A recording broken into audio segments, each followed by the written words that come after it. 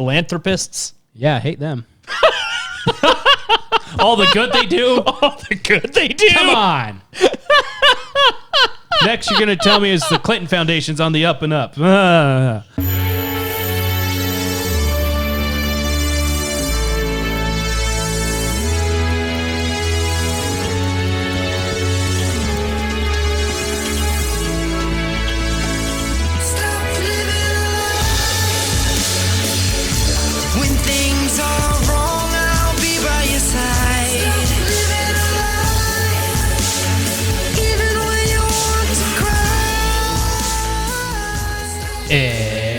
Stop it. Welcome. Welcome to the Naked Apple. Here we are to save your day. I'm strolling through the park one day,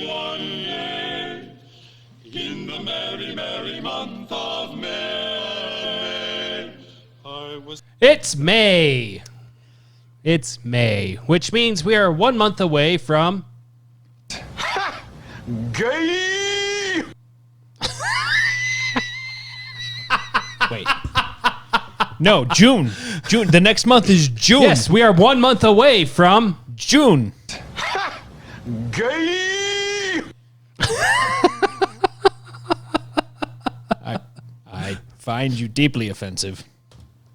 What the hell is even that?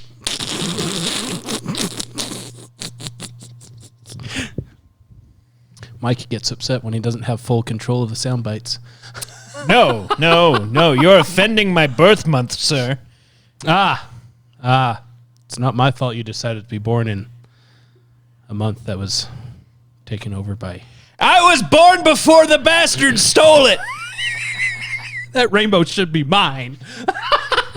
The Rainbow Jihad has taken my freaking month.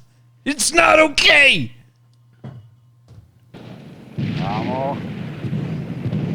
That was the wrong button. Magnificent bastard, I read your book! It's right next to this button. Thank you, Wilhelm. That was what I meant to push. I suck at the board. Anyway. Well, in that case, without further ado-s, we're gonna just jump right into it. See, I belong to a certain secret society. I don't believe I gotta mention its name.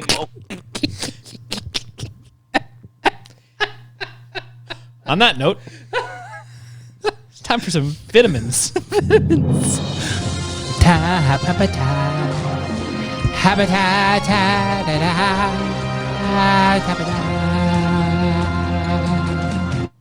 Hello and welcome to your vitamin B. well, thank you. Speaking of certain secret societies, Disney execs baffled that Mario movie made $1 billion without any trans Goombas. How'd you do it? Nobody knows. Nobody knows. The trouble I've seen. On the other side of the spectrum, Woke Alert! New movie features competent female. What? Okay. We thought they would have learned their lesson by now. We're seeing more and more movies featuring women who never faint and scream and never have to be revived by the kiss of a strong prince with rippling muscles. No one wants to see a competent female on screen. It's totally unrealistic. I saw this little video of a school bus driver passed out from something, heart attack or whatever. And this 14-ish year old boy runs to the front of the bus and stops the bus, and he's yelling to the back, call 911. And meanwhile, you hear all the teenage girls just screaming and screaming and screaming, even though the bus has stopped and there's no danger, but they're screaming. And the kid says, I don't care who calls, just someone call 911. As he's trying to maintain control of the bus being stopped. Yeah, that's our society. Screaming. With one person at the helm. Someone help! Did you say screaming helm? Flawless. Anyway, Moving on to your geriatric in chief. Biden campaign hires stunt double for high-risk stairs scenes. This following news that Biden is unable to participate in Democratic debates due to looming screenwriters' strike. Ooh. Yes. Gets him every time. It does. But it's okay, because the Q Card hosts press conference while Biden is out sick. I mean, that's all you really need.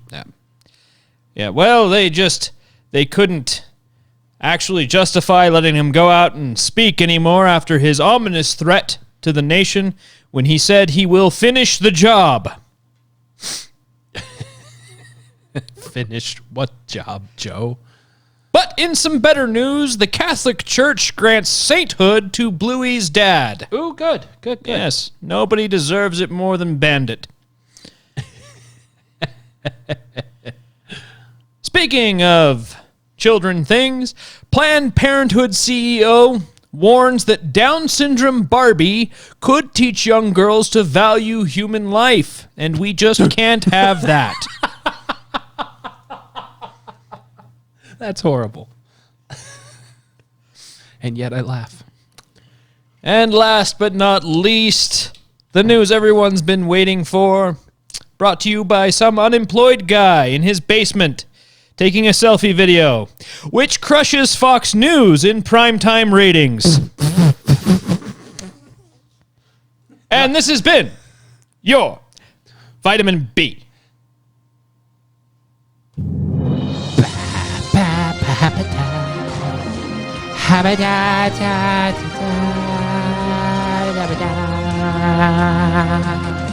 I paused for dramatic effect to see if you would start singing before I almost did. Almost did. I was waiting for it. It would have been so funny. But I held. You did. Hold. Wait until you see lights in their eyes. The beat's going to drop eventually, right? I've got a beat for you. Oh, And we're kicked off YouTube. Good. All right. So,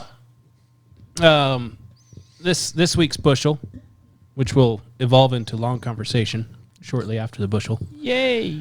is focused on our education system and how wonderful it is. Yay.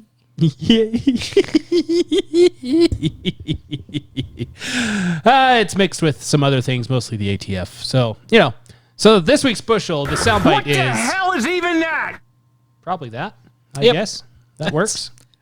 Well, you started with the ATF, so I had to. Yeah, fair. That should be a retail store.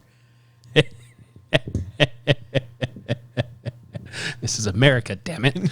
Seriously. If I want to get alcohol, tobacco, firearms, and explosives all in one stop, why not? Why not? You don't smoke. If, That's if explosives is part of it, why isn't there an E at the end? true. ATFE. Because then it wouldn't be part of the 3-letter alphabet soup. No, it wouldn't. Any Hooters. We'll kick it off with the Thomas Massey, representative from Kentucky, asking questions to the ATF director. Yay. If you know anything about firearms, hold on tight. In 2012, John Spencer, chief of Firearms Technology Branch, wrote a letter to Alex Bosco, inventor of stabilizing brace. We've talked about this letter already. He said, based on our evaluation, FTB finds that the submitted firearm brace, when attached to a firearm, does not convert that weapon to be fired from the shoulder and would not alter the classification of a pistol or other firearm. You're aware of this letter? I am aware of the letter, yes. Did Congress pass, between this letter being issued to Mr. Bosco and the production and distribution of 10 to 40 million of these braces and the implementation of your rule, did Congress pass a law? What changed? Congress did not pass a law, but something did change. What changed is that item that was submitted was not produced and was not the item that was marketed. And Mr. Bosco, I think before this committee said that people were using stabilizing braces in ways that he hadn't anticipated. Okay, let me challenge that assertion. So you say that the brace changed, and so you had to implement this rule. Well, I've got here the actual original brace that this letter was responsive to. Are you telling me that this brace is exempt from your rule? What I'm saying is that if people have products that are not Is designed... this brace exempt from your rule? So, they're talking about the stabilizing brace, which, if you have one, you have until the end of the merry, merry month of May to no longer be a felon. Or to continue to be American. Your decision.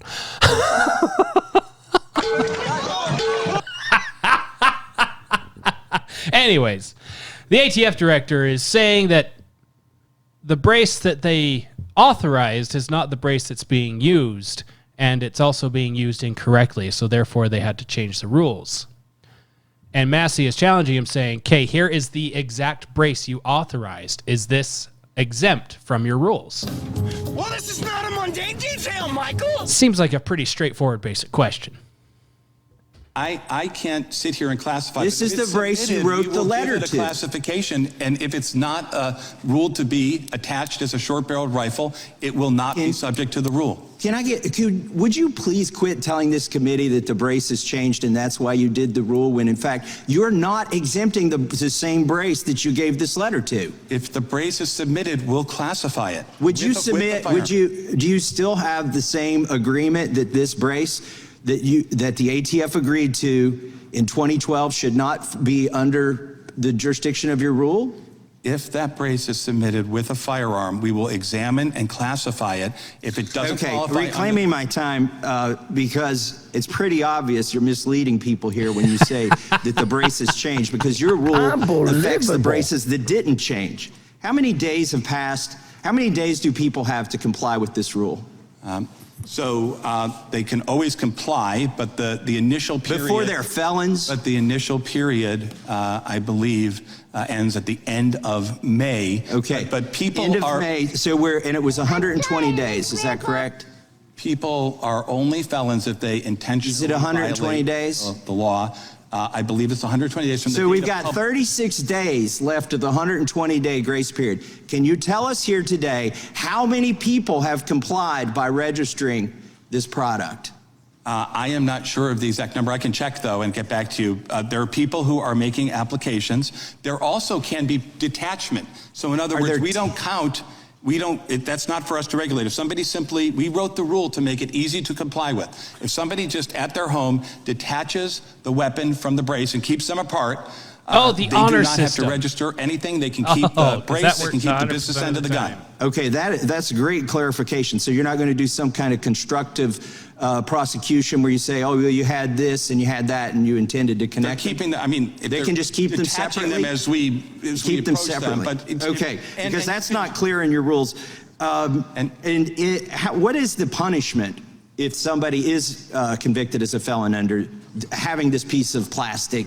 If people are convicted of not following the Gun Control Act, it's a serious felony conviction, but that requires intent.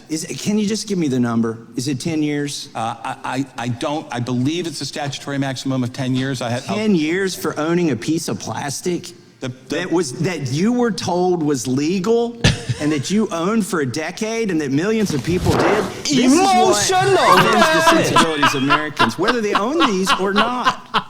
Do these make the gun fire more rapidly? The stabilizing. Do these increase the muzzle velocity? The stabilizing. Do these allow you're not answering any of the questions. Do these allow the firearm to carry more bullets? The stabilizing braces allow, if they're the kind that count, allow the firearm to be shouldered. Let me ask you. I'm glad you brought that up. So this is a stabilizing brace here. Here's a pistol without a stabilizing brace. Does the buffer tube stabilizing brace on the bottom, that's now illegal because it can be shouldered. The one on the top is not illegal because it can't be shouldered, because it's a little tube thing sticking out the back. Which the tube is required for the brace. For the brace. That's what the tube is for. You don't actually use that for anything else, Nah. generally speaking. Yeah, and it may have some recoil mechanisms to help with the firing of the gun. Yeah. Could that be shouldered? Again, I mean, it could. That would have to be submitted to the firearms experts at ATF, and we could classify Do you it. which think we you will have do. the authority to Oh, we could make that one illegal too. Okay. reclassify this pistol as a short-barreled rifle simply because it has a buffer tube? Because it's all part of the plan. The rule is aimed at clarifying, and there are specific factors. It's so set forth clear, in the nobody rule. Do you understands think what they're you trying have to the do. authority to reclassify the firearm above because it can be shouldered? Again, for me to sit here and try to do a classification that firearms experts who've worked for decades do would not be appropriate. But we will give classifications, and if things don't qualify under the rule, You are then not qualified to give classifications. You just said so. Yeah. Yeah, in fact, he actually did because he admitted that he is not, in fact. As a gun owner of many different types and a 20-year military veteran, I firearms have some expert. expertise in weaponry and self-defense weapons. What could you, in 15 seconds, would you define an assault weapon for me? So If you go He past smiles. 15 seconds, Director I'll of the just interrupt ATF. you. So I'll go shorter than that because I honestly, I do think if Congress wishes to take that up, I think Congress would have to do the work, but we would be there to provide technical assistance. Unlike you, I'm not a firearms expert to the same extent as you may be. Oh, your We have 15 people seconds at is up. ATF who can talk about velocity Your of 15 firearms, seconds is what up. damage different kinds of firearms cause, so that whatever determination Your 15 you seconds chose is to up, make would be like a informed. while ago. Oh, president and why they Oh, I'm not a firearms expert, but I'm in charge of the thing that's regulating every single firearm in the United States. You are officially handicapped. Yeah. Yeah. Washington State outright bans the sale of AR-15s and other semi-automatic rifles, effective immediately. Oh, I hope somebody sues them immediately. This was on April 25th, 2023. How many lawsuits are going on in Washington State right now? This is stopped loading for me. That's rude. Anyways, they became the 10th state to prohibit sale of AR-15s and dozens of other rifles, other semi-automatic rifles. Basically, if it has a detachable magazine that holds more than 10 rounds, if it can have attachments. They passed that the 25th, the 26th, they got sued. Go ahead. Pass it. Pass it. Yeah, all kinds of things. It just makes it so it just outright bans all of it. Yeah. On the education front now. Oh, yay. Oh, by the way, an update on Sudan. Oh, yeah. The militants have seized control of a biolab that was funded by the CDC and Anthony Fauci. Huh. Was it studying coronaviruses? It only contains dangerous samples of measles, cholera, and other pathogens. I thought you were going to say chlamydia for a second. Almost did. I was like, whoa. They're literally giving people the clap. Yeah. Wait. So not only did we leave well over 16,000 Americans behind, we also left behind a biolab with viruses of unknown dangers, or known dangers to some, in the hands of radical militants. I would still be wrong because the clap is gonorrhea, not chlamydia. Oh, for shame. Yeah. Anyway. Did you give people the clap today? I clapped. I didn't. You didn't clap back. I missed the clap. Yep, there was no clap back. There was no clap back. The clap. These hands were made for clapping. That's just what they'll do. Stop, don't come back.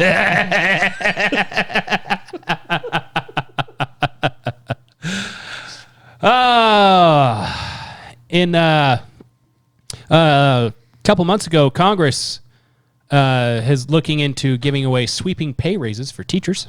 Yay! We're on the education front now. Because they definitely deserve it. Yes.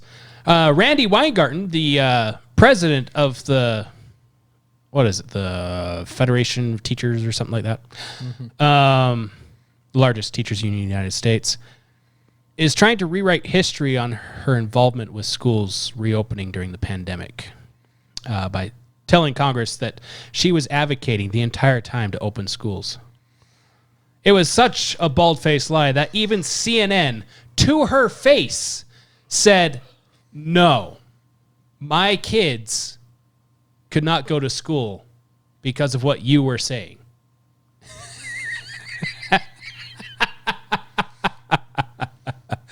It's okay, though, because Weingarten doesn't believe parents should have a say in children's education anyway.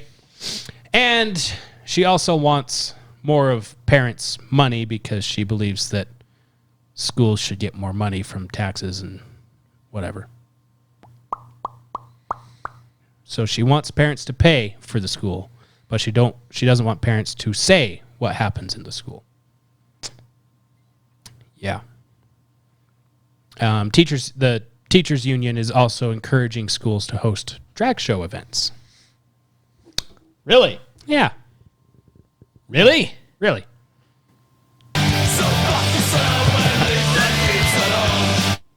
That's gonna get you so much. So much. My new sound. I'm so excited.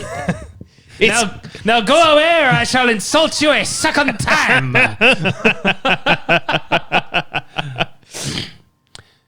Do you remember, speaking of that, do you remember when where is it? This happened? As we celebrate Pride on the but you're just frightened. Yes, You think that we'll corrupt your kids if our agenda goes unchecked. Yeah. Funny, just this once. We'll convert your children. Happens bit by bit. Yeah. Convert your children.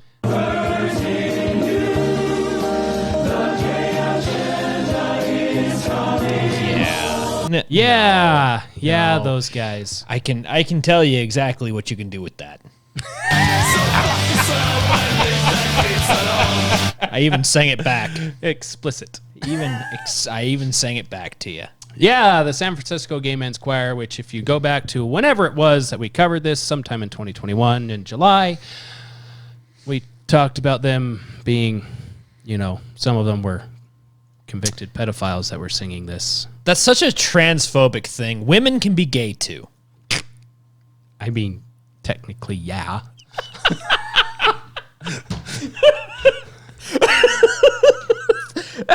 You're not wrong. Now I want to make a shirt that says "Make Women Gay Again."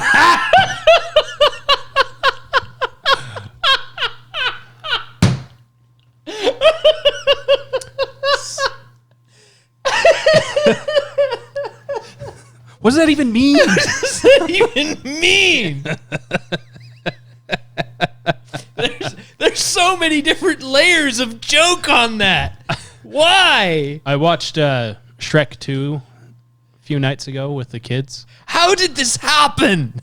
And I was reminded that the ugly stepsister is there, and either she is a guy that dresses like a girl or she's just that hideous.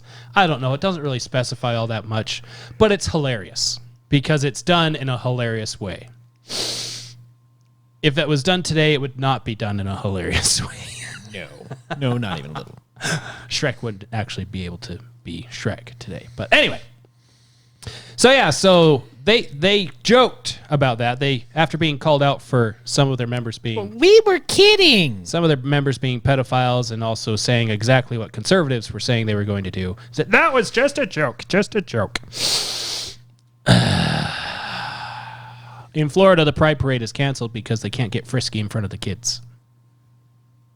Due to Florida's law that says you can't get frisky in front of the kids. Well, then we're not doing a Pride Parade. Oh no. Here I was worried. Oh no. Anyway. Ron DeSantis, your thoughts? Sometimes my genius, it generates gravity. Yeah. I like that as the Ron DeSantis voice. That's great. It's fitting. Yeah, and they want you to know that drag shows are art and need to be part of education. Oh. Yeah. Oh, really? Florida principal was That is one big pile of shit. Florida principal was forced to resign for showing images of the statue of David. No, actually, she didn't follow protocol on this and other activities. So she was the board, school board said, hey, you probably should resign because you're not following the rules. Or the statue of David? Yes, that's the last straw because parents were upset that they didn't know you were going to be talking about the statue of David, which, according to school guidelines, you are supposed to let parents know when stuff like this is going to be talked about. On top of every other time you didn't do it. Oh. Yeah. Oh. Yeah. I'm sorry, but you've thrown off the Emperor's groove. Drag queens need to be in the classroom. Drag queens need to be in the classroom because they promote creativity in children. There's an old saying in Tennessee, I know it's in Texas, probably in Tennessee, that says, fool me once, shame on you. If fool me, we can't get fooled again. Well, this fool of a high school teacher thought that a drag show would be a good idea for his staff talent show at school. Yeah, turns out parents don't like a very hairy man dressing in a very skimpy dress in front of their kids. And he's shocked at the outrage. Colorado Democrats voted against making it a felony to indecently expose yourself to minors. Come again? You want to run that last part by me one more time? Run that by me one more time. Let's see. 27 Colorado Dems vote against making indecent exposure to minors a felony. Well, pardon me, young man, excuse the shit out of my goddamn French, but did you just threaten me? Yeah, they say that these types of laws have been used to ban drag shows. Yeah. As they should be. And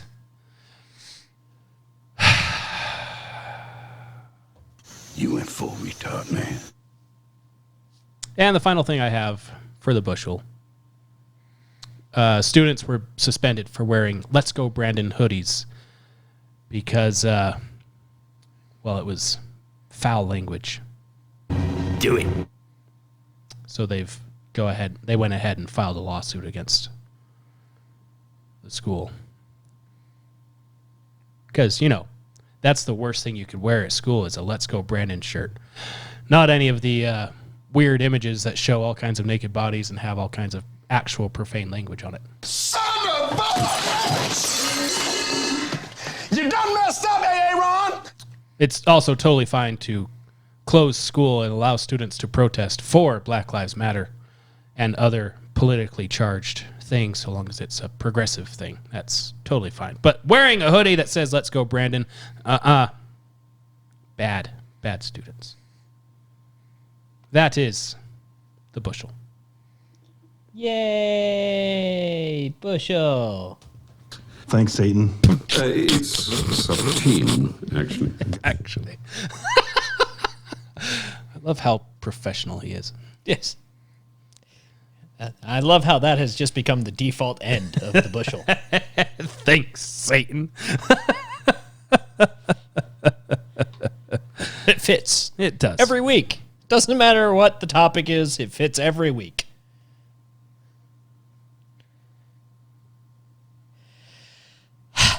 Well. Yeah. Yeah. Yeah, that was something. It was something. It was something. They might be trying to screw me. Well, of course they're trying to screw you. Well, what do you want to expound on there, Trevor?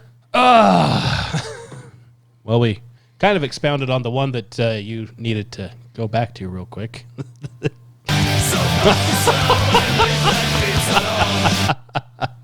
That's a great summary. I like it. That's a great summary. Yeah. Yeah, I was trying to find on Randy Weingarten. It was an interview with CNN, I believe it was, where she says something to the effect of, it was either like the teachers union isn't about education, or education is about profit, or something like that. Surprisingly, it's banished from the internet, but I hear it in drips and drabs every once in a while on podcasts I listen to. I just never actually find a source to use for myself.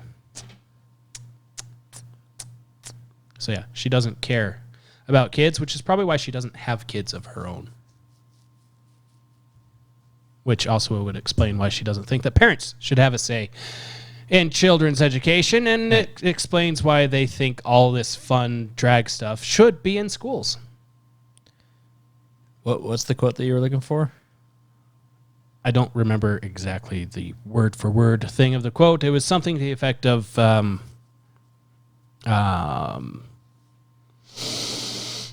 education is supposed to be for-profit, or the goal of the teachers union is not education, or something like that. You can search all you want. I have searched every which way and every which source and can't seem to find it. And whenever I filter by year, because I know it was pre-pandemic, it gives me all the pandemic results, which are... It was pre-pandemic? Yes, which are all damning to her case right now, because the whole school lockdown thing, which it turns out she was working with the CDC behind the scenes to prolong school lockdowns, as she was in public saying she's trying to open up schools. Oops. Yay. Well, that's fun. Yeah. So long story short, public education sucks. Only a lot. And it needs to go. And there's a lot more reasons why public education sucks. That's just the tip. Public education has been rotten since the beginning. Since the dawn of time? Yes, more or less. Since the dawn of public? Yes. Since the dawn of compulsory school, at least. Ah, yes. Yes, compulsory education. Because, in case you couldn't tell from the word compulsory, it's kind of all bullshit. Yeah, kind of all. In fact, all. Yeah. All. Yeah, more or less. It does good things for... No. Do you want to get into the reasons why? Do it. Do it. Do it. Like that. Do it. We don't need no education. I don't have that one. You've got that one. I thought you had that one. I could. I don't have it queued up. No, I don't have it. Oh. I thought you had a thing with that on it. No, I don't. Ah. I don't have a thing. But, Well, if we delay long enough, you might have something. I might have something. You don't need no education. Yeah, there you go. That's the new segment opening. Woohoo! Rule of thumb, kids, delay long enough and you can get a diamond under pressure. You can't write a 5-page essay in one night. Diamonds are formed under pressure. By extreme puckering. My A- every single time says otherwise, teach. That's just terrible. So, I have a brief, or I have a general overview knowledge of the history of education from all kinds of different things. I kind of compiled a bunch of different sources real quick right before we started. We can go through and kind of piecemeal some of this out and quote some of it here. Okie doke. So let's start with a brief history of education. A brief history of education. And then we can go to the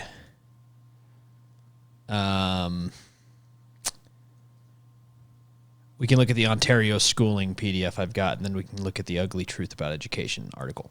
And then we can do the ones that you've got that explain further the deeper history. Why it's Marxist. About it. Yes, exactly. Tell me more. You have chosen the wrong house. All right.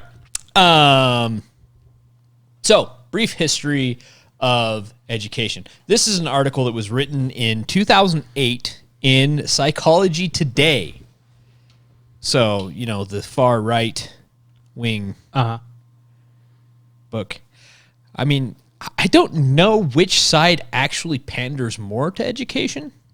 I feel like they both kind of do. Whichever one scores the most political. Kind of hilarious. Yeah.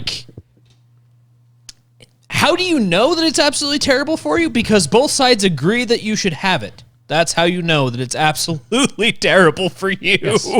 Republicans are only leaning towards the vouchers and stuff now because, well, it's politically beneficial. Yeah, exactly. Yeah, so brief history of education. So for hundreds of thousands of years, children educated themselves through self-directed play and exploration. Which a lot of people don't know. Before we had public schools and things like that, biologically, throughout history, the history of our species, schooling is a very recent type of thing. Before that, children learned by playing, by doing things. And then we had agriculture, and then we had industry, and then we had forced child labor. And so play and exploration were kind of tossed to the wayside because play and exploration cause people to be willful and inquisitive and actually interested in the world around them, which that kind of thing is the exact opposite of what you want in a laborer. Yeah, we don't want you to explore and come up with your own ideas because then you might become competition. Yeah. Yeah. So rather than all of that, they started implementing different kinds of education systems. And this goes back to the Middle Ages and probably even a little bit before that, during the feudal ages and things like that. They would educate certain demographics of their citizenry in different ways, based on what they wanted them to be as a citizen. Right. If you were rebellious, if you didn't attend your school like you were supposed to, you would often be executed. Well, good thing you're not forced to go to school today. Yeah. That would be, you are. Wait. So, well, I'm going to homeschool my kids. Yes, that's great. You have to let the system know that that's what you're going to do so they can check in on you to make sure that you're actually doing it. Yeah. So, and you go to the Middle Ages, obviously they were a lot more barbaric than we are today. Just a little bit. One document from the late 14th or early 15th century, a French count advised that nobles should choose a boy servant as young as 7 or 8, and this boy should be beaten until he has a proper dread of failing to carry out his master's orders. That's a good Good reinforcement strategy. Sounds a lot like slavery. The floggings doesn't it? will continue until morale improves. Almost as if slavery was a form of enforced compulsory education. Huh. Or compulsory education was a form of slavery. Slavery? Yeah. I've heard it both ways. The inverse is also true. The inverse is also true. I've heard it both ways. Yeah. So then you have industry starts to arise. So this was agriculture arises. Suddenly they need slaves. They start doing this different kind of education with their people. Then industry comes out and they again change their type of education. And by the way, the feudal education, it was extremely controlled because, well, for example, only the monks and the priests and stuff could read the Bible because it's Latin, and we're not teaching you Latin. And we're not letting the Bible be printed in other than Latin. Yeah. Oh, okay. So, yeah, as industry started, there came the rise of child labor, child sweatshops, and these things. And it's not slavery. We're paying them. It's not slavery. We're paying them very, very, very little. And putting them on the most dangerous jobs. Yeah. And until the 19th century when the world finally started passing laws limiting child labor, which is like as late as like 1883. So America was already a thing at this point. Yes. And then they finally start passing child labor laws. But even then, 1883 is the legislation which forbids textile manufacturers, manufacturers from employing children under the age of 9. All right. And we got limited the maximum weekly hours for them to 48. Oh, that's fine. For 10 to 12-year-olds and to 69 for 13 to 17-year-olds. Gosh. Yeah. Wasn't it fun back then? It's fun. Yeah. So, to summarize here, for several thousand years from the advent of agriculture until we finally started implementing child labor laws, the sum of education was a matter of squashing their willfulness in order to make them good laborers. Yes. Yeah. Teach them. That is what education was designed for. It is what it does. It is all that it does. Teach them just enough so that they can be useful. A good child is obedient. They suppress the urge to play and explore. They dutifully carry out the orders of their master, their adults. Yes. I think that's a good segue for introducing Horace Mann. There you go. In the 19th century, he's a politician and educational reformer. He played a large role in the history of homework. Oh. Yeah. Oh, the history of homework. Yeah, he had homework. He had a strong interest in the compulsory public education system in the newly unified nation state of Germany. I am so shocked that he would be interested in that. Yeah. Just like any other good politician during that time, Germany was their idol. Pupils attending the Volksschulen, people's schools, were given mandatory assignments to be completed at home on their own time. This requirement emphasized the power of the state over the individual at a time when nationalists like Johann Gottlieb Fichte were trying to rally support for a unified German state. While homework had been invented before Fichte's involvement with the Volksschulen, his political aims can be seen as a catalyst for instruction of homework as an educational essential. Horace Mann spearheaded the development of government-regulated, tax-funded public education in the United States. He saw the Volksschule system in action during a trip to Germany in 1843 and brought some of its concepts, including homework, back to America. Now, so he was influenced by Johann Gottlieb Fichte. And Johann was influenced heavily, in fact, tutored by Immanuel Kant. In fact, Kant thought he was one of his best pupils. Who is Immanuel Kant? Immanuel Kant was the primary influence behind Karl Marx. It's Fichte. Fichte is the way you pronounce his name. Oh, okay. He's a socialist. I don't care. I just think that it's very interesting that it is so very close to fiction. Anyway. Yeah. Yeah. So Immanuel Kant was the main philosopher behind Karl Marx and his ideologies, because Karl Marx took heavily from Kant's teachings, which is what inspired Johann Gottlieb to create the education system in Germany, which influenced Horace Mann to implement some of that in the United States. Ergo, homework is communist, socialist, Marxist, whatever. All of the ists. All of those Russian, German bad things. I'm not a fan of ists, if I have to be if I have to be perfectly honest. What about anesthetist? Yes. Okay. Dentist. Wow. Holy crap, I hate all the ists. The only reason why I'm seeing an anesthetist is because something bad's about to happen.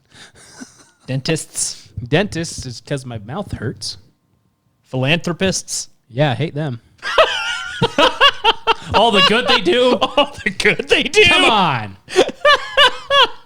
Next, you're going to tell me it's the Clinton Foundation's on the up and up.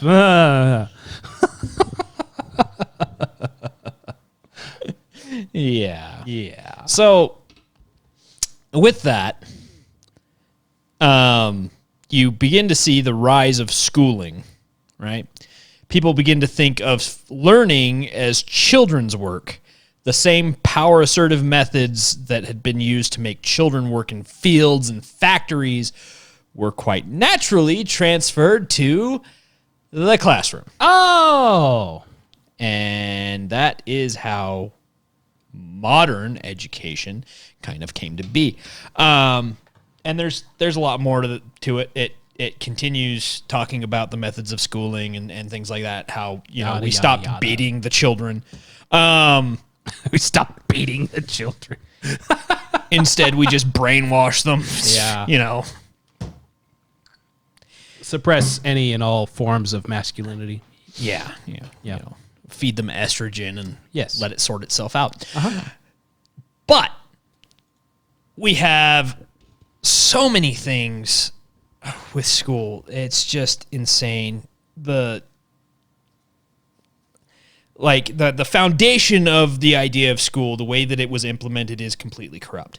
Because the way people should learn is the natural way we learn, which is through play and experimentation. You find things you're interested in, and then you delve into that interest. We're not designed for the type of education that we give our children. We're just not. In no way, shape, or form are we designed for it. And it's very evident when you actually look at the history of education and the way things have gone. And the more we try to standardize things, the worse it gets. Right? Common Core. Yeah, exactly. No child left behind. And so then I've included in here a PDF that has the compulsory schooling in Ontario, 1871, which was just a short overview of some of the pros and cons and the way that the education system shook out in Canada at the time, because the 1800s, late 1800s, is when Canada really began first doing compulsory public schooling, especially as a free government-provided service. So free. Yeah, right. Ontario specifically began their compulsory public schooling in 1871, and most Canadian provinces followed after them pretty quickly. They were the California of Canada. Yeah. pretty much. Because, and the reason being, children's labor contributed to family survival. And so many parents were reluctant to send their children to school, so they had to make it compulsory. Hey, we know food doesn't grow too well up here in the Great White North, so send your labor off to where they're not going to help produce food for your family. Oh. How about no? Yeah. How about you have to, or else we'll shoot you? Oh. But by the 1890s, they had convinced most people that free and compulsory schooling would improve their children's lives. Yes. Because how often have you been told that you need to go get a degree, because unless you have a degree, you can never make enough money to support your family? What a lie. I mean, what a great bald-faced lie. Yeah. Yeah. Was it like this? Is this? Hey, I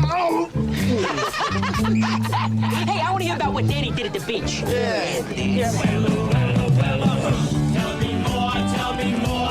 Pretty much it, yeah. Basically covers it.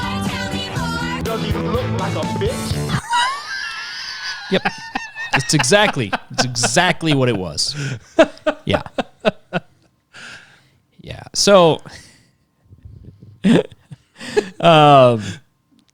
they from 1865 to about 1874 is when this really kind of started taking off in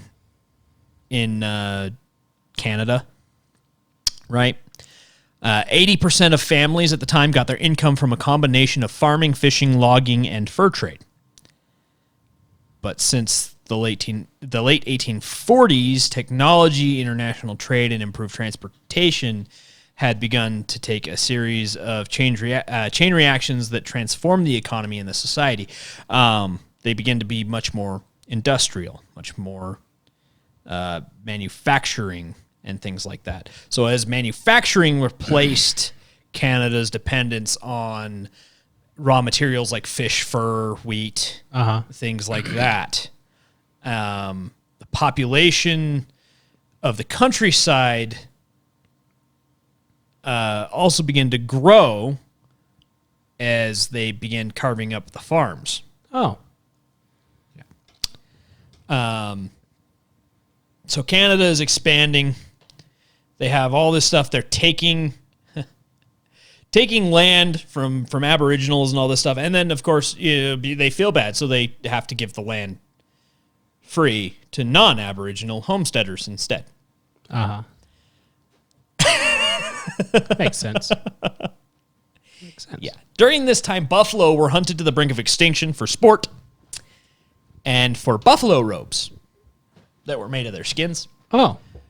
Not that really has anything to do with anything, but it's kind of the history of what was going on here.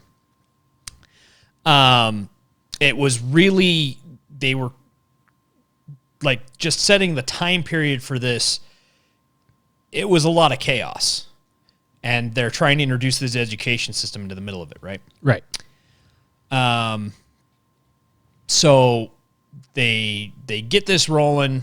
They get going with this compulsory education. 1871, they actually have this education system established in Ontario. So before that, the education for children was mostly private. So it was the ruling class, not very many of the lower class. The lower class were just put to work, which was its own different form of education. Right. More along the lines of what we actually have today. Whereas the private schooling tended to be a little more a combination of what we have today with some more freedoms. So this all kind of boils over. They end up making this compulsory school because they want everybody to have this opportunity, they say, right? And it's free, right? It's free. It's free. That's what they say. So we have a summarization of the problems and promise of compulsory schooling. So 1870 rolls around, compulsory school becomes a mainstay, and other provinces quickly follow Ontario into this new field. Uh-huh. So Ontario provides a free education for English and French for both Catholics and Protestants, but the schools weren't always free. Some of them charged admission. And the private school was born. Yay, private school. So, as much as we argue that, school choice is the best thing and you should be able to go to a private school and whatever, it's all the same cloth. It's all the same. It's all the same. It is all graded from the same field. So, public schools are free. Then you have private schools, which you can pay for. Children did not have to attend school for as many years as the children today do. Trying to see here where it mentions... So children worked half of a day at the time. So they only went to school for half a day.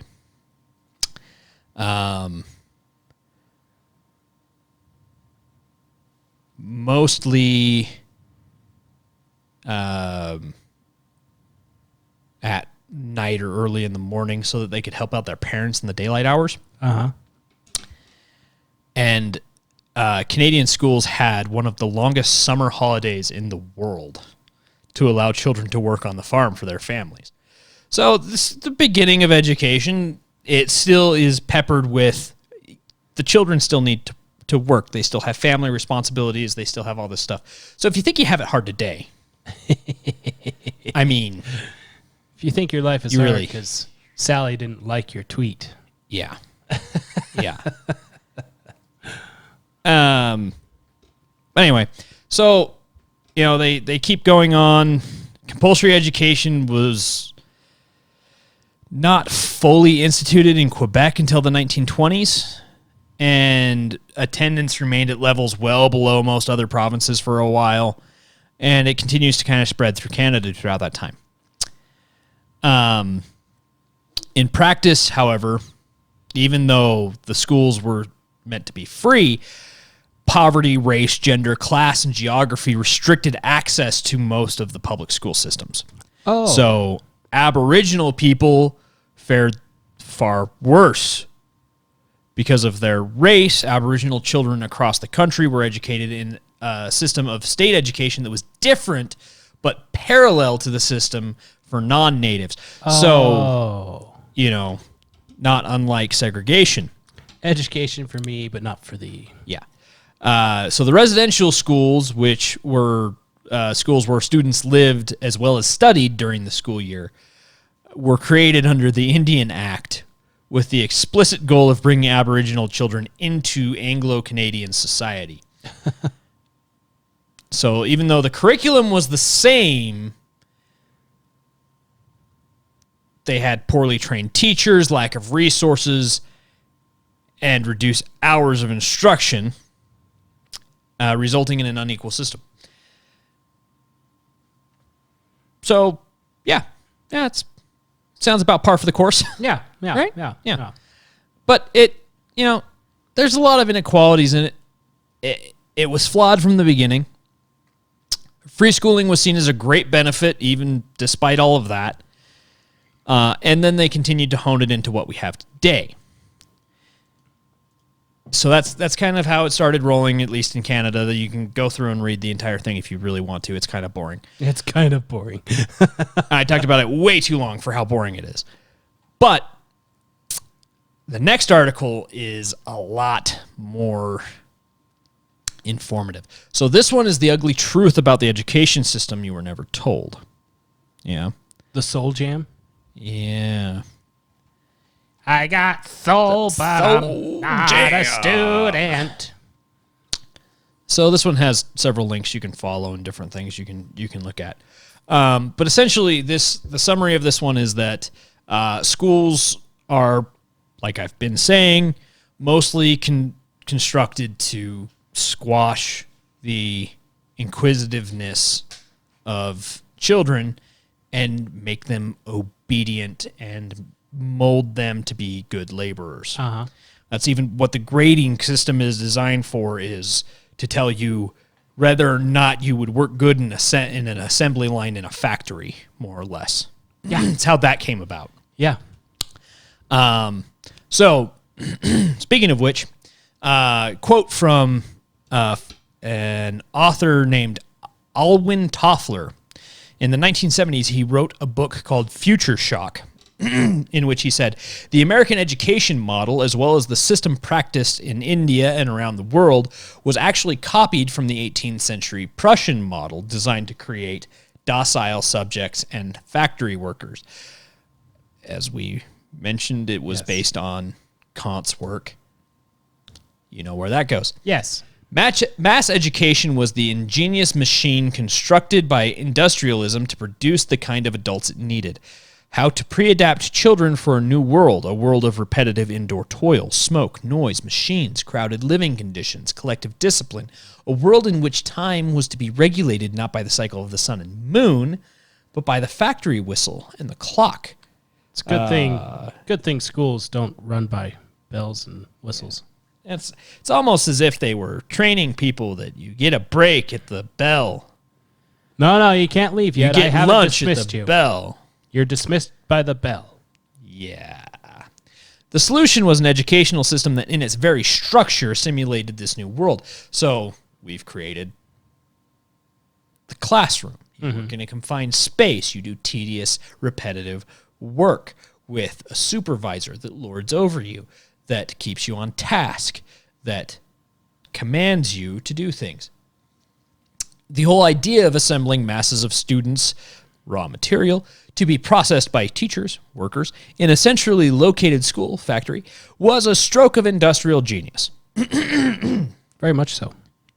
Yeah. The whole administrative hierarchy of education as it grew up followed the model of industrial bureaucracy. The very organization of knowledge into permanent disciplines was grounded on industrial assumptions, because there is no overlap between all of these different disciplines. There shouldn't be any overlap. Uh-huh. You don't have word problems in math. You have math problems that use words. Yes. Exactly. So, children marched from place to place and sat in assigned stations. Bells rang to announce changes of time.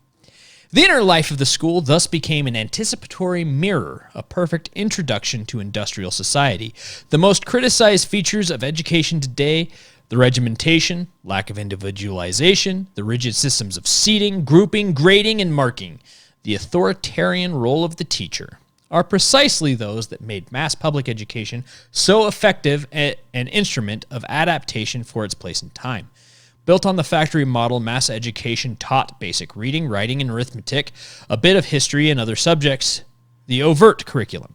Beneath it was the covert curriculum that was far more basic. It consisted of 3 courses: punctuality, obedience, and repetitive work, the basic training requirements to produce reliable, productive factory workers. And now they've expanded that. It's no longer just punctuality, obedience, repetitive work. It's now acceptance. Yeah. Yeah, this is why when fast food workers say they deserve $15 an hour, people say, no, you do not. Yeah. Because you're doing a mundane, not really physical task. Not really mind. You don't have to think about it. You don't have to labor at it. It's you stand there, wait for the timer to go off, flip the burger. Yeah. And case in point, McDonald's is replacing a lot of their stuff with robots. That's what happens. Yeah. Yeah, and you know, they did this over the course of centuries. Yeah, they groom kids into exactly what they want them to be through education and these things, which everybody tries to mold children the way that they want them to be. That's fine. The problem is when what you're molding them to be is nothing more than a tool, which is what they've done with the education system. They've used it to make tools, and then they've used it to make tools for different purposes. So it used to be that the education system was a tool used to make tools for industry. Right. That's bad enough in and of itself. Now it's a tool used to make tools of revolution, which is far, far worse. Yes. It's far, far worse. These children, they go into the education system completely blank slate. They come out of the education system with ideals and ideas that are so far off base as to be considered ludicrous by any calm thinking, rational individual. That's where you get the Cloward Piven strategy from the 60s. Yeah. Yeah. And that gave rise to the Occupy Wall Street type movements. Yeah. And, you know, it's always been that there's been a small group of powerful people that have had a vision for what the education system should do and what it should produce. It's no different from the beginning as it is from where we are now. In the beginning of it, the man that founded the education board, the General Education Board, was a man by the name of John D. Rockefeller. Hey, I know that name. Rockefeller. You don't say. Yep, first billionaire in America. What a stand-up man. Donated $129 million to provide provided major funding for schools across the nation to form the General Education Board and to push the public education, compulsory education in America. Definitely not and as a means to avoid paying taxes. Yeah, no. No, it wasn't. Because he was doing it specifically to push an agenda. He wanted a specific thing out of the education system. And he stated once, I don't want a nation of thinkers, I want a nation of workers. That was his reasoning then. Mm-hmm. His family is still prevalent to this day in world politics. They're everywhere. And one of his business advisors, a man named Frederick T. Gates, who was a prominent member of the General Education Board, once said, we shall not try to make these people or any of their children into philosophers or men of learning or men of science. We have not to raise up from among them authors, editors, poets, or men of letters. We shall not search for embryo great artists, painters, musicians, nor lawyers, doctors, preachers, politicians, statesmen, of whom we have an ample supply. The General Education Board member, a prominent one, said, we're not making brilliant people. We're not making creative people. We have enough of those. And that was the beginning of education in America. That was when?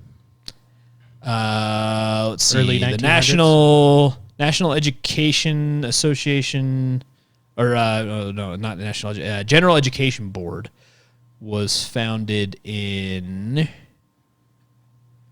Oh, where did it go? I saw it just a minute ago. It was late 1800s, early 1900s.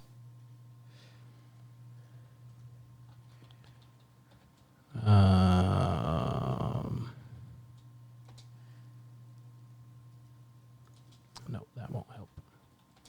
1902. It was 1902. And then in 1914, so 12 years after the General Education Board was founded, the National Education Association, alarmed by the activity of the Rockefeller Foundation and the Carnegie Foundation, which the Carnegie Foundation was run by Andrew Carnegie. Carnegie Hall. Yep, Carnegie Hall. Mm-hmm. So anyway, the National Education Association Alarmed by the activities of Carnegie and Rockefeller stated in their annual meeting, we view with alarm the activity of the Carnegie and Rockefeller foundations, agencies not in any way responsible to the people. That doesn't ring any bells with stuff going on today. So they were concerned about a public-private partnership? Yes. Oh, fascism. Yeah. Okay. In their efforts to control the policies of our state educational institutions. What was on the rise in the early 1900s? Right. Oh, okay.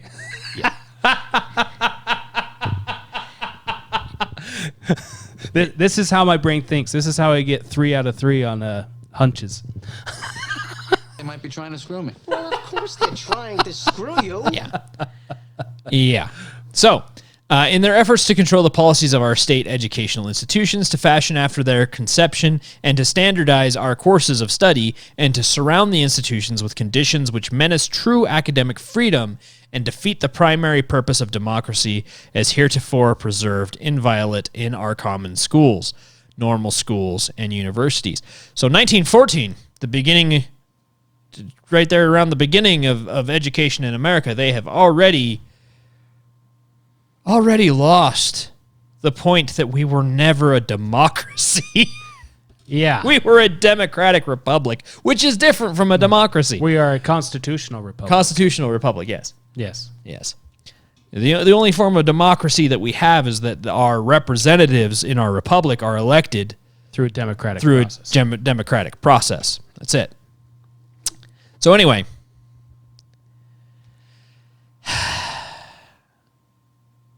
you know, it's fun. Speaking of the NEA, I just found a thing because I was curious when civics stopped being taught in schools. Because some form of civics still exists across the states, but it's not the civics that it used to be. The 1960s. 1960s is when that disappeared. What else happened in the 60s? Oh, yeah, the whole peace and love and all that fun stuff. Huh. Yeah. Huh. Yeah. So this is an excerpt from Peter Gray. If we want to understand why standard schools are what they are, we have to abandon the idea that they are products of logical necessity or scientific insight. They are instead products of history. Schooling as it exists today only makes sense if we view it from a historical perspective. And then I'm going to skip down here a little bit. Everyone assumed that to make children learn in school, the children's willfulness would have to be beaten out of them. Punishments of all sorts were understood as intrinsic to the educational process. In some schools, children were permitted certain periods of play, recess, to allow them to let off steam. But play was not considered to be a vehicle of learning. In the classroom, play was the enemy of learning. Yes. Stop goofing around.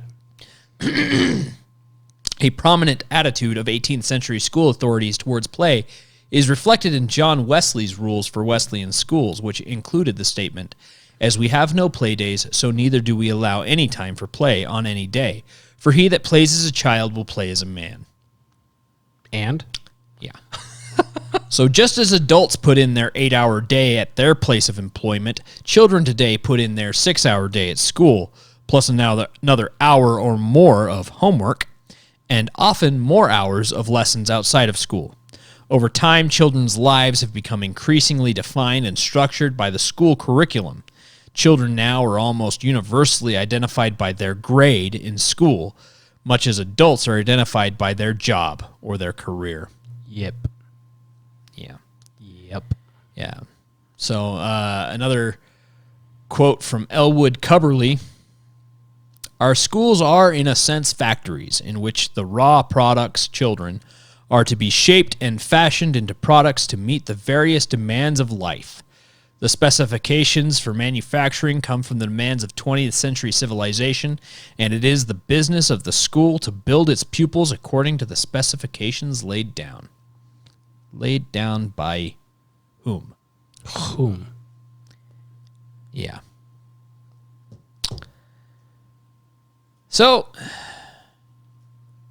sure, curriculum in schools might have expanded, But the fundamental way in which education is imparted to students remains unchanged. Unchanged. It is about squashing ingenuity, destroying willfulness, and breaking the soul of a child until they are obedient enough to be a good little worker. And convincing them and their parents that after being in that system for 12 years, they have to be in that system for at least 4 to 12 more years before they can actually get some sort of job that's beneficial to society. Yeah. And if you really think about it, have we ever lived in a time period in this world where the education system is more irrelevant than it is now? Oh, yeah. No. I mean, with, like AI and the internet and the ability to have the entire world of knowledge at your fingertips all the time. You can become a welder by watching videos online on how to weld. For free. For free. Yeah. Well, then you won't be certified. And doesn't mean that he can't go get a job. Yeah. So, yeah, that's pretty much it. Yeah. Yeah. And again, a reminder, I think I've said this before, is you don't need to go to law school to become a lawyer. You just have to pass the bar. And in order to know how to be a lawyer, you have to know the law. And you can't find the law anywhere on the internet. Oh, wait, yes, you can. You can do that. Yeah, and that's something that Woodrow Wilson did, was bring in the idea that experts are what people have to listen to. The administrative state, experts. So you can't be an expert unless you go to XYZ school or you have this certificate or that certificate.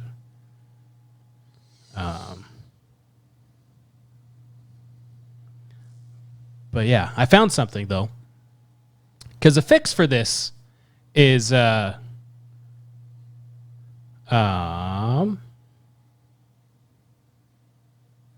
fix for this is getting rid of the education department on the federal level. Just go away. Well, then how will they fund? How? But they won't have teachers and stuff paid or something. This is a little infograph. So the red is how much is received of federal funds per capita. Or sorry, the green is the amount received per capita, and the red is how much is paid out per capita in each state. Let me switch to that. So you can see a beneficiary of this is Virginia, is the largest beneficiary per capita. What's close to Virginia? Oh, the capital. Oh, all the politicians live in Virginia. And they're receiving double what they put in. Well, then why is Arkansas so high? I don't know. And Minnesota. But there are only 10 states as of 2019 that pay more in federal than they receive. That is the states of California, barely, per capita. This is per capita.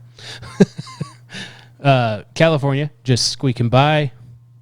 Or sorry, not California, Colorado. Colorado receives just barely more. It's not New Hampshire. Nebraska is any. Washington, New Hampshire, Illinois, North Dakota, New York, Massachusetts, New Jersey, and Connecticut.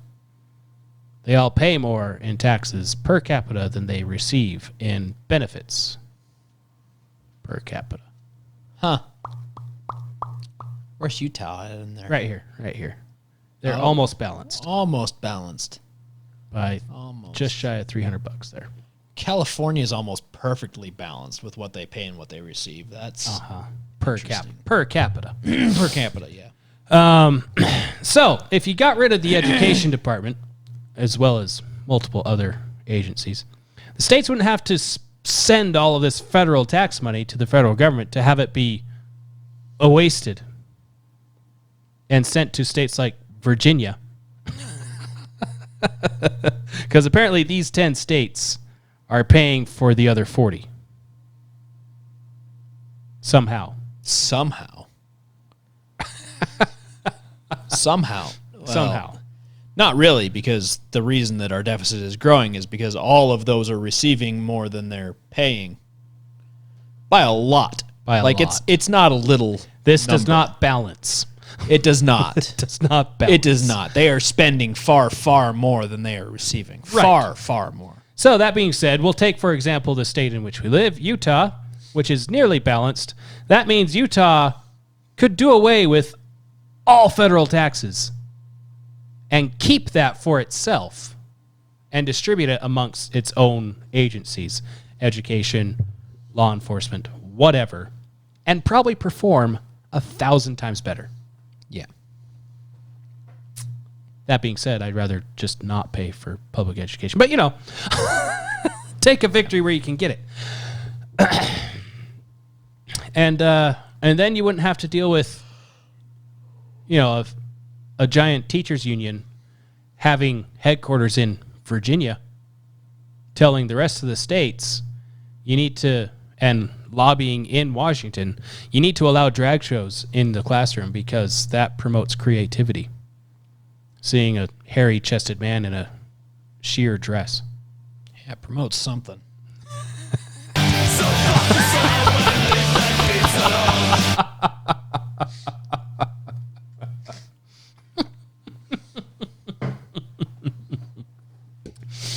Yeah. So what kicked this all off was for us. I sent a message to Mike asking if he wanted to destroy public education. And I replied, "Don't threaten me with a good time." And I sent him a pic. I thought we were going to go like... No, I'm not going to say that on air. Anyway. I sent him a sign from some teacher protest where the sign reads, "Okay, fine, you don't want to pay teachers like a college-educated professional?" No, I don't. Then give them the glorified babysitter rate. $10 a kid times 8 hours a day equals $80. $80 times 25 kids per class equals $2,000. $2,000 times 180 school days equals $360,000. They screwed themselves with their own sign because they are so bought into this system that they believe that the only way that they can make money in this system is to follow exactly what the state tells them to do and to be licensed by the state to do so. Whereas if they became their own private entity teaching children as their own little side gig, they could make $360,000 without having to pay union dues, without having to pay taxes directly through the school and hoping that they paid it correctly so you don't have to pay more later, among other things. And you could earn $360,000 or more by privately teaching kids. And then you also wouldn't be as bound by the state to teach the curriculum that the state wants you to teach. So, fun fact. Fun fact. Fun fact. Utah. Just Utah. Spends an average of $10,259 per student annually. Per student. Yeah. $10,259. Yeah. So if you were to take $10,259 and 10 students, you were to charge a family $10,259 a year to teach their child, and you did it with 10 children in your home,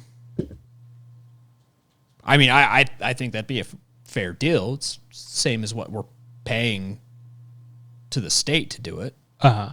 Yeah. Yeah, sure. So if you were to get from the state every dime that they are spending on your child and put it to somebody else, you could hire a teacher for your child for the $10,259. If that teacher were to pick up just 10 students, just 10, not 25, 10 students, they would make $102,000 a year. Just the $102,000 though. Just the $102,000. But teachers deserve to be paid $60,000 a year, according to Washington, D.C. We are paying $10,259 per student annually, each of us. Even if we don't have a kid in the education system, we're paying money into this.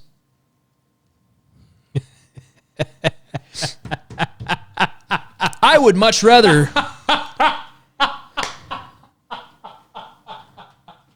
That's $123,000 for your child by the time they graduate high school.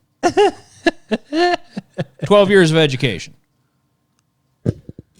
I think we could do a better job without the education system by ourselves, and we could probably do it cheaper. We absolutely can. You want to know how I know that already? Oh yeah, go for it. Do you want? I know do you want just had a thought. proof? I'm physical proof? I'm just filling space until you actually tell us what the thought is that you had, Trevor. I'm waiting. I gotta show you because it's so fun. I gotta show it.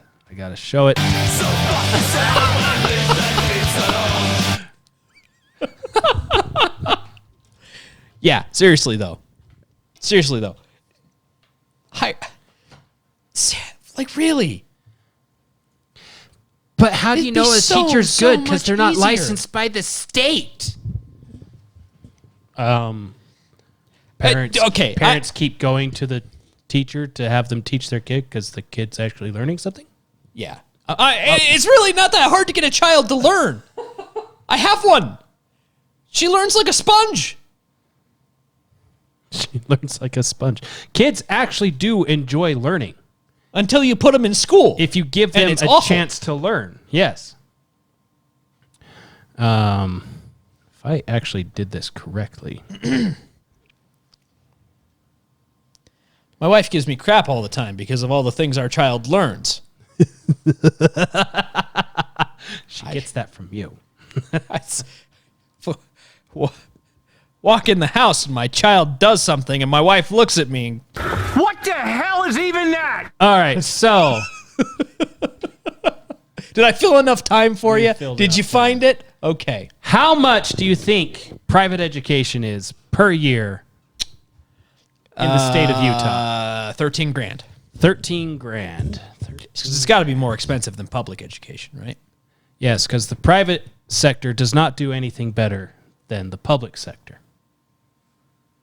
There's my mouse. Just scroll on down. And these are Utah private schools by tuition costs. $2,200. Grace Baptist School. I don't want to go to a Baptist school. Okay. Let's go to Ikra Academy of Utah. Ikra. It's Islamic. I don't want any kind of religious school. Okay, well, we'll skip Christian. Meadow Ridge Academy's micro school, Latter-day... Oh, dang it. There we go. Williamsburg Academy Private School. $4,200. 6 through 12. Yeah. Stillwater Academy. There we go. LDS schools. Yeah. 7 through 12. So there are options. However, okay, there we go. Applied Scholastic Academy of Salt Lake, pre-K through 12, $5,000 a year.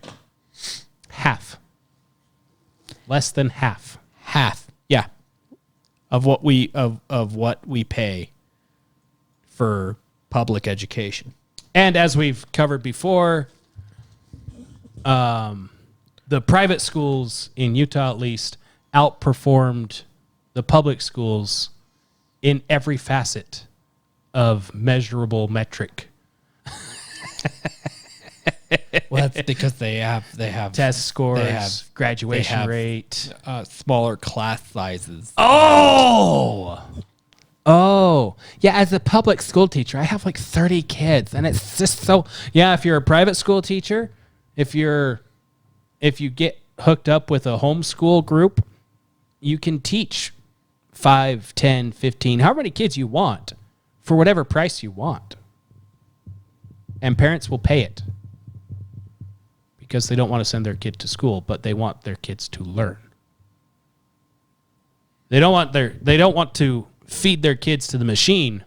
They want their kids to control the machine. But see, the problem with this though is, yes, you can send your kid to these private schools, but you are also paying $10,000. So in the end, it ends up being more expensive because not only is compulsory education compulsory for your student, it's compulsory for you to pay for it. Yes, even if you don't have a student. There is nothing on this planet I am more bitter about than the fact that I have paid for other people's education pretty much my entire adult life. You're not satisfied with the results? No, because I'm not sending my kid to public school. It was one thing when I was like, yeah, I'll use it eventually. But it's like everybody's like, well, if you don't want to pay taxes, then you can't use the roads. And I'm like, well, if I don't want to pay taxes, can I not use your public education system too? Can I pick and choose what taxes I actually pay? Like, seriously. Why is this not a tithing donation slip that I can specify what I want here? Want to earmark this for the road, earmark this for the fire department. I am not earmarking anything for education because that is one big pile of shit. Big, yes. Big pile. Yeah. So, yeah. And just like the ATF thing, all the convoluted rules and all that stuff that make zero sense, even for the director of the ATF. Taxes are the exact same way, and education is the exact same way. The rules and laws surrounding all of it. And the funniest thing is, Utah ranked almost last for spending per student. Uh-huh. We're almost dead last. And I bet you it has some of the highest scores. I bet you.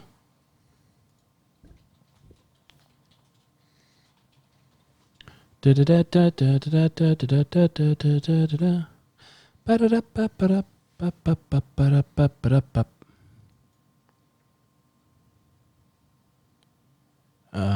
are number 10 in education nationally. Hey, that works for me. We have the number 1 economy, which is saying something when California has...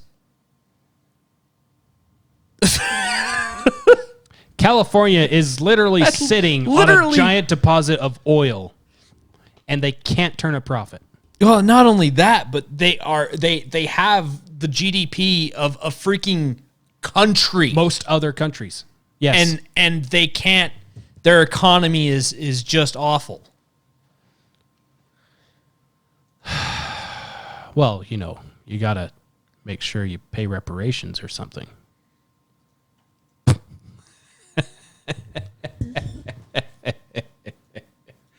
Oh my goodness. And we have the number 1 economy, and less than half of our population is college educated. Well, yeah, you got a bunch of dumb people. We do have a good handful of dumb people here. However, we have a pretty good handful of people that actually just want to be their own boss, among other things. We are number 1 in economy. We are the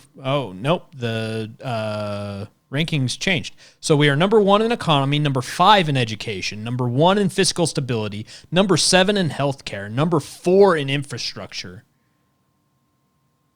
I wonder if there's some sort of... I want to know how we got number 46 in natural environment. We have more natural environment than most other states, like several other states combined usually do. Most of our natural environment is controlled by the Bureau of Land Management. Oh, that would explain it, yeah. It is federal, not state. So bastards are dragging us down. That's the federal's fault, not our own. Bastards are dragging us down.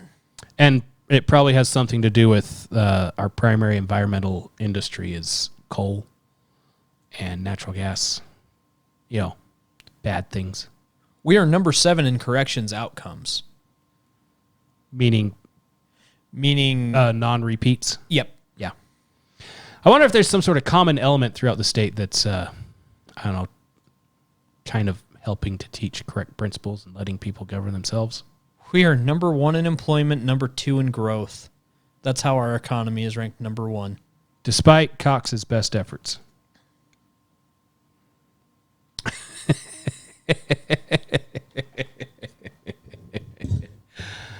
Yeah.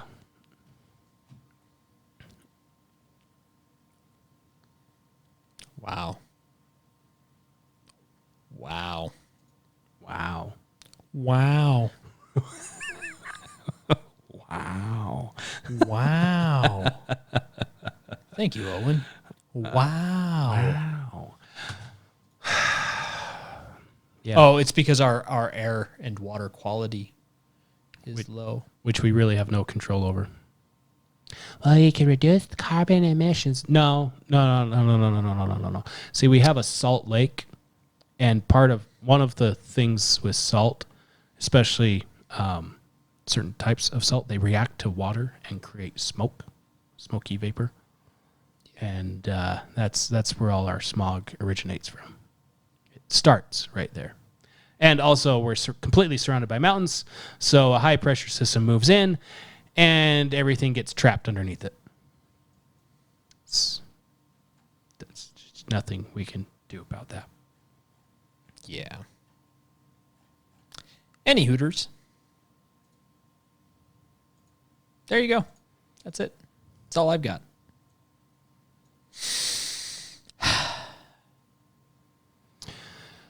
That's all I got, too, I think. Thanks, Satan. Thanks, Satan. It's 13, actually. Yeah. Down with public education. We don't need no education. Hey, teacher, leave the kids alone.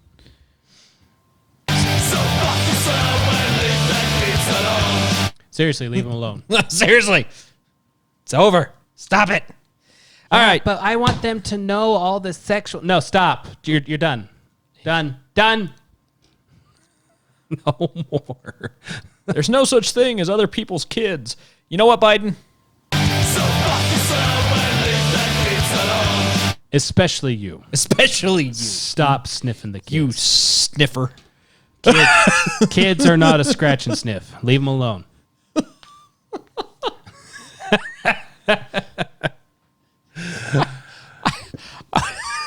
It's really bad. Now I want to make a shirt. I want to get the silhouette of him sniffing that one kid, and we need to ban assault sniffers on it. Yes. All the yes.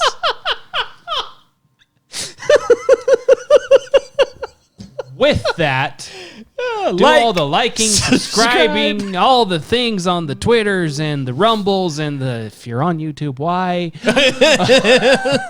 Rumble is so much, I mean, I won't say it's so much better now, but it is so much better now. I don't want to say. But it is. You don't have to own a special account in order to have it play in the background on your phone, which is nice. Yeah. So nice. Yeah, because we don't own a special account. Anyway, bye!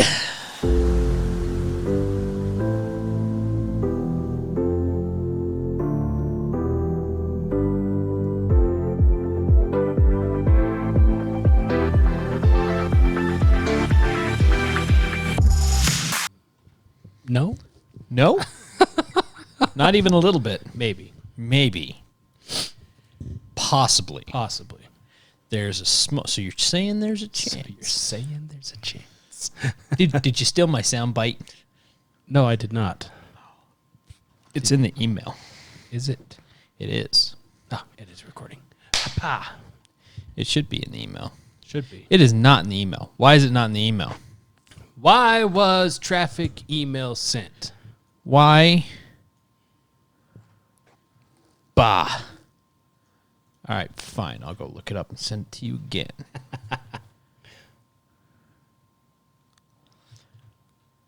Well, that's stupid as shit. Where you go? YouTube. Here it is. Found it.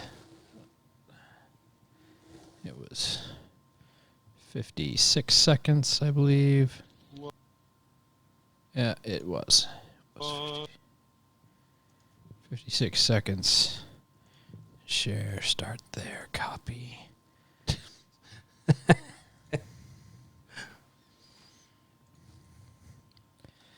Yeah.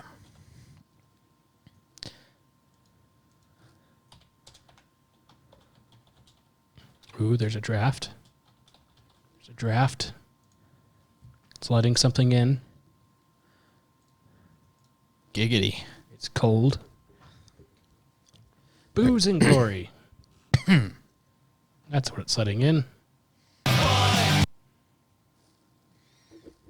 Oh, it might be like half a second too early.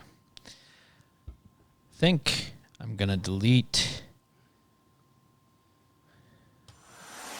That's our actual outro. I'm going to delete that one. Yeah, we don't need that. All right. Art thou ready? Art. 3, 2, 1.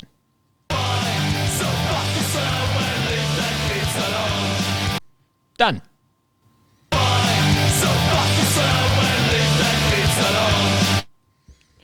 Yep. Good enough. Satisfied? Sure. You don't want to clip that little first part, or? Yes, I do. I really do. I wasn't going to say anything. I was going to let it slide. You got it? I think so. Let's try. All right. 3, 2, 1.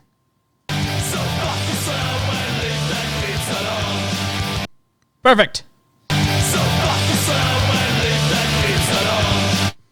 I like it. That's probably going to get used a lot. That's going to get used a whole lot. We have some Biden clips or something later. With all of the things going on in the world. Well, did you hear they released all the Epstein information too? Not all of it, but they released some of it. Enough to know that the CIA is involved. Yes. Yes.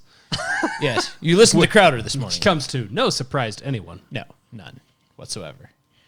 Wait a minute. You mean one of the agencies that's possibly in control of the document and hasn't released it is involved with the document they won't release? They won't release. Yes. Who would have seen that coming? Yeah. Seriously, though. That should have been center square on your bingo card. Who had CIA is involved? Apocalypse bingo. We've got CIA is involved with thing that they aren't investigating. That they're supposed to investigate. Who's got that one? Anybody? It's everybody. If your bingo card consisted of mainly CIA stuff, you're probably near blackout. Probably. You're probably pretty CIA close. confirms it was involved with Kennedy assassination. Oh, yeah, that's right there. Check. CIA covering up alien abductions. Bingo. Check. And if you got the FBI on that page with it, it's just a winning combo. It's the trifecta right there. Even though it's 2. Yes, but both of them consist of 3 letters. Ooh. Touche, salesman. I am good at what I do. I am a math wizard.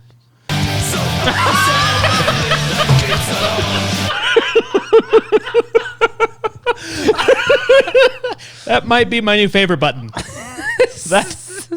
That band sucks, but I like it so much.